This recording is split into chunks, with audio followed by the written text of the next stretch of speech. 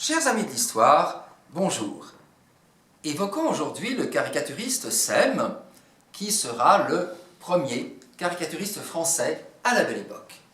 Sem est de Périgueux, il s'appelle Georges Boursat, et il monte à Paris en 1900 pour se consacrer au gratin, à l'élite française. En effet, chaque année, il publie un album de 60 dessins exclusivement consacrés au grand monde. Et si nous en regardons quelques exemples sur cette frise qu'il publie en 1908, nous voyons Robert de Montesquieu, grand mondain, Anna de Noailles, le symbole de la poésie française avant 14.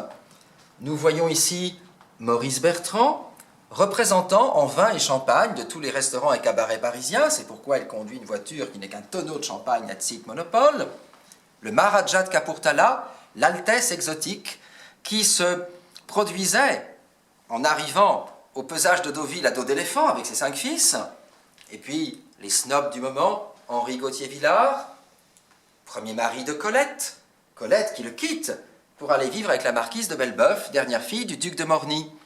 En 1907, Colette et Madame de Bellebeuf se produiront sur la scène du Moulin Rouge dans une pantomime insensée qui s'appelait Rêve d'Égypte et qui fera un immense scandale.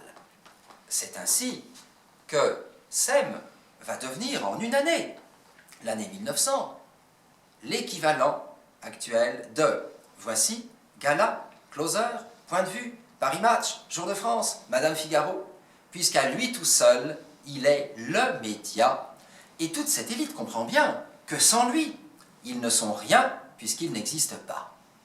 Et on s'aperçoit que la terre entière se met à écrire à Sem, que ce soit Edmond Rostand, Caruso, le duc de Westminster, Feydeau, Marcel Proust, Lucien Guitry, Rodin.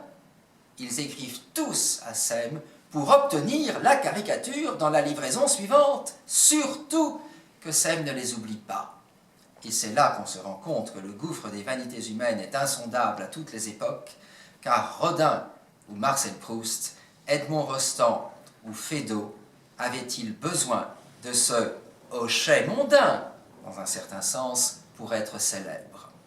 Eh bien, c'est grâce à cela que Sem est resté le symbole même de la Belle Époque. À bientôt pour un nouvel épisode de l'Histoire sans secret, et même l'Histoire sans aucun secret.